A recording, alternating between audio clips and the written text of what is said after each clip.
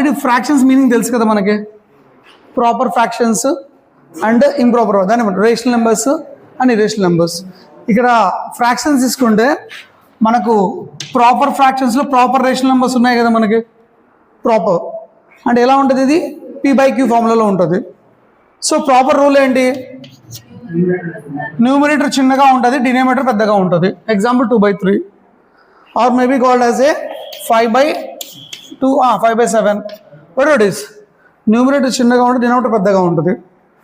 And coming to that improper rational numbers, ఇది reverse. ఎలా ఉంటుంది, న్యూమరేటర్ ఏమో పెద్దగా ఉంటుంది, డినామినేటర్ చిన్నగా ఉంటుంది, రివర్స్ ఇది.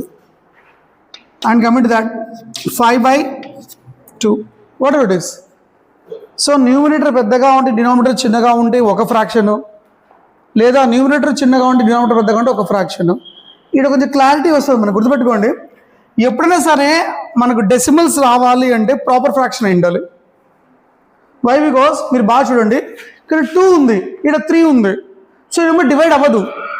So we need to go for point పెడతాం కదా, 0.0. వెన్ ఎవర్ డెసిమల్స్ అనే కాన్సెప్ట్ రిపీట్ అవ్వాలి అంటే ప్రాపర్ ఫ్రాక్షన్ అయి ఉండాలి, పక్కా, డౌట్ లేదు ఆ విషయంలో. లేదు ఇంప్రాపర్లో కూడా డెసిమల్స్ తీసుకోవచ్చు, బట్ కానీ స్టార్టింగ్ పాయింట్ రాదు. సమ్ నెంబర్స్ తర్వాత పాయింట్ వస్తుంది. ఇప్పుడు ఎగ్జాంపుల్ ఇక్కడ 3 ఉంది, ఇక్కడ 2 ఉంది, 2 1s are 2, 1 వచ్చేసింది, 1 క్యాన్సిల్ అవ్వదు, 0.5. అర్థమవుతుంది కదా, ఇదే కాన్సెప్ట్. ఈ చిన్న కాన్సెప్ట్తోనే మొత్తం చాప్టర్ లేసి వెళ్ళిపోతుంది.